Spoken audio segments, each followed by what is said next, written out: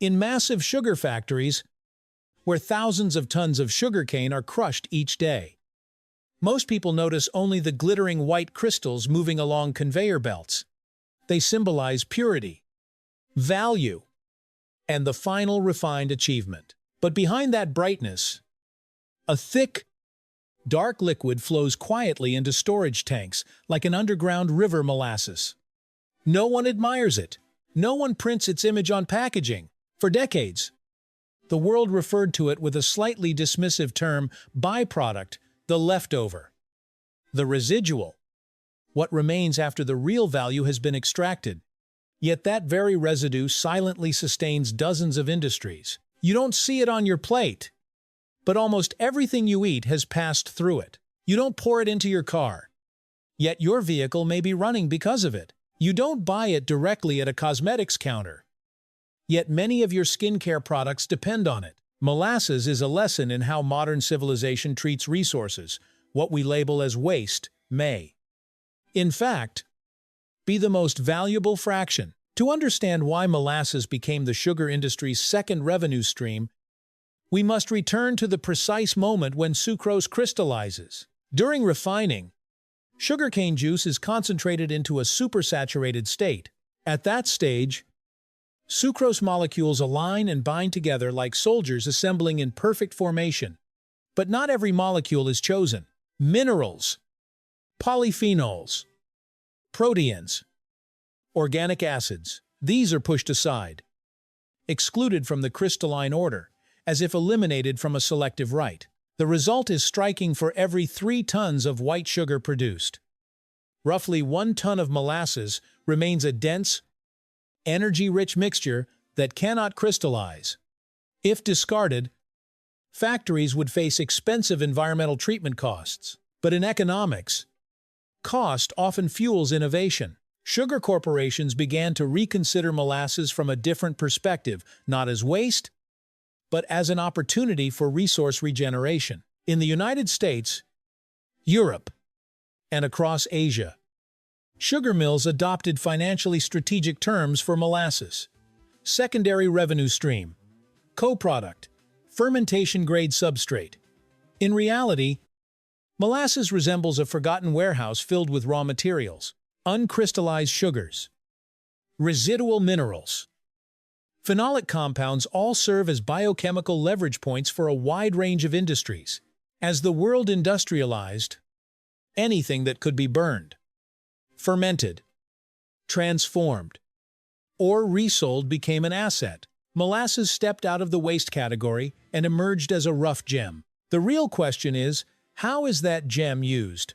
To grasp how vital molasses truly is, look at the food you consume daily.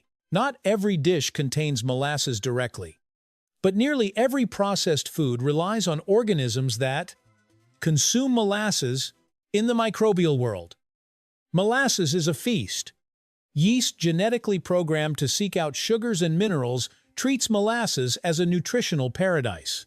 The sucrose and glucose provide carbon sources for cellular respiration, while magnesium, potassium, and nitrogen act as enzymatic regulators within metabolic pathways. Humans may rarely consume molasses directly, yet almost every processed food depends on yeast, bacteria, or enzymes cultivated on molasses-based media.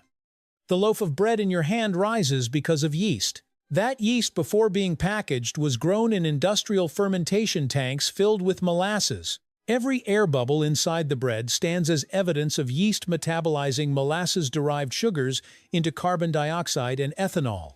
Even the umami in your dipping sauce, that deep, rounded flavor that feels instinctively delicious, originates from bacteria cultivated on molasses. The glutamate and monosodium glutamate (MSG) is produced by Corynebacterium bacteria, and their entire fermentation cycle depends on a dense carbon source derived from molasses. Vitamins, amino acids, food enzymes, and even antibiotics all pass through molasses-based fermentation at some stage. In pharmaceutical industries, molasses is often described as a biological growth bed. You may not consume molasses directly, but you consume what has been fed by it. Molasses does not sit visibly on the dining table like white sugar, yet it operates quietly behind every product that carries fermentation. Flavor. 2. Structure, or microscopic life. From the microbial world, molasses crosses into another domain, one where its molecular power no longer nourishes life, but generates energy. If microorganisms treat molasses as food, the energy sector treats it as a strategic resource.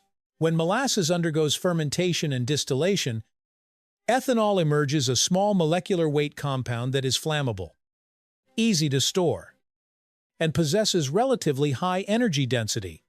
In many countries, particularly Brazil, ethanol is not a future prospect, it is a present reality. Vehicles can run entirely on E100 ethanol, or on blends such as azine, E20, or E45, depending on the fuel station. And this entire supply chain rests upon molasses, once dismissed as a byproduct of the sugar industry. Why is molasses so suitable for fuel production? Because each liter contains enough sugar to sustain billions of microorganisms that produce ethanol.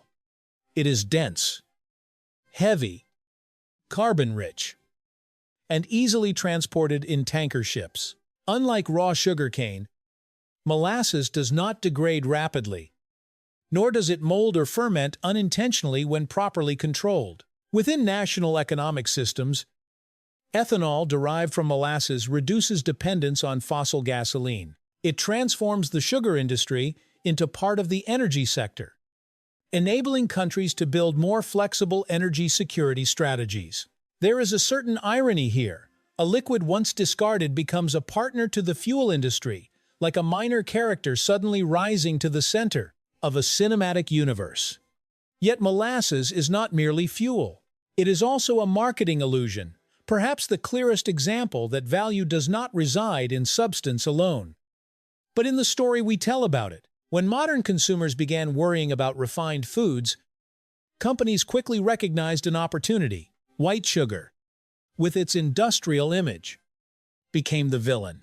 Brown sugar, promoted as less processed and retaining natural minerals, reappeared as the hero.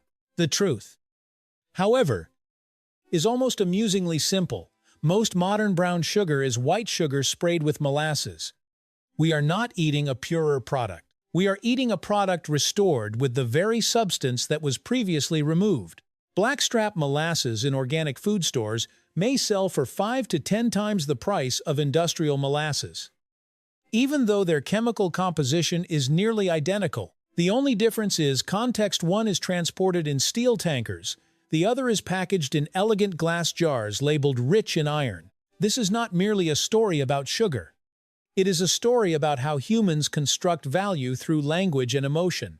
Molasses becomes a symbol of naturalness, a concept we ourselves create to feel safer, healthier, and purer, even when the underlying chemistry remains unchanged. Food does not simply pass through the stomach, it passes through psychology, memory, and belief.